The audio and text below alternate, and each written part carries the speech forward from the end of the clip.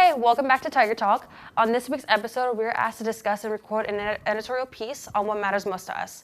We'll be highlighting three of our editorial topics. Starting off, we have Hafsa answering the burning question of whether ebooks are better than paper books. Reading hardcover books compared to reading a book online. Hardcover books can improve your spelling, strengthen your brain, and increase your vocabulary. Increasing empathy also prevents cognitive decline.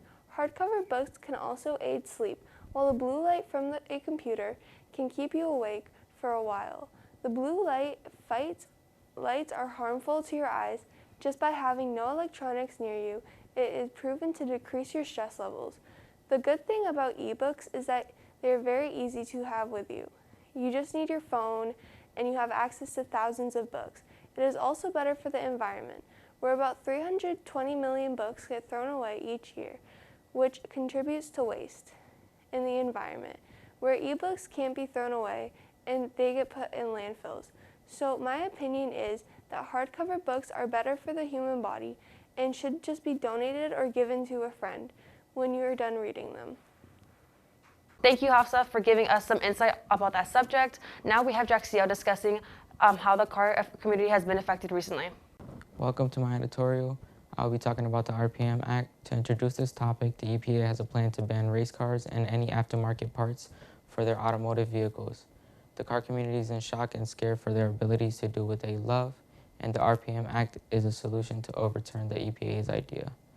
The RPM Act is common sense. It's a two-party system legislation that protects American rights to convert street vehicles, such as cars, trucks, and motorcycles, into dedicated race cars, as well as the ability of the motorsport parts industry to sell products that allow racers to compete. The bill makes it clear that it is legal to make emission-related changes to a street vehicle in order to convert it into a race car. Exclusively engaged in a competition, it also confirms that producing, marketing, and installing racing equipment is legal. The RPM Act, like most obscure bills like this, is introduced year after year for financial reasons. The Specialty Equipment Market Association, known as SEMA, is the trade association for aftermarket equipment manufacturers, including companies that manufacture defeat devices, and they have been fighting the EPA for at least 5 years for the exemption. SEMA is unconcerned about their air quality, public health, or whether the RPM Act limits the EPA's ability to do its job. SEMA only's goal is to make it easier for members to make money. The most obvious reason we know SEMA isn't just trying to protect the racing industry is that cars account for less than 5% of past motor vehicles enforcement that would have been limited under the RPM Act. By far, the most effective vehicle category by the RPM Act's passage would be diesel-powered trucks, which I'm pretty sure aren't the dedicated race cars that SEMA claims to be defending oneself. In fact, in 2018 DC political event, SEMA invited representatives from MagnaFlow, which was in the process of settling with the EPA for nearly 6,000 diesel defeat devices sold, for which they were fined $612,849. As it affects several businesses, it also affects the enthusiasts who have a passion for this and would be highly affected by it. In my opinion, there are many ways we can save this and work together in the car community to overturn this act. SEMA is already working hard, doing everything they could do, but it's up to the community. I disagree with maybe getting rid of it completely.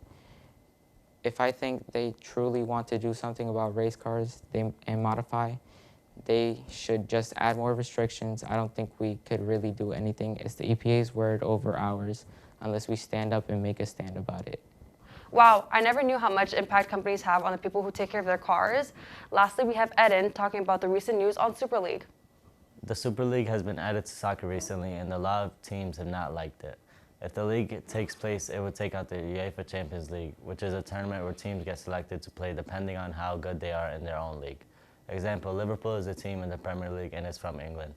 If they get first place in the league, they get selected to the Champions League. This is where the Super League comes into place. A lot of teams have already decided to leave the league, but some have stayed. The UEFA Champions League are mad that they are disappearing just like that. So they are going to have severe disciplinary action against the teams that have decided to join the Super League. I like watching soccer, so this really does make me upset to know that many are trying to switch leagues. That is all we have for this week's Tiger Talk. We will present our editorial pieces. I'll see you guys on the next one. Bye. Recently, a new trend has struck the internet.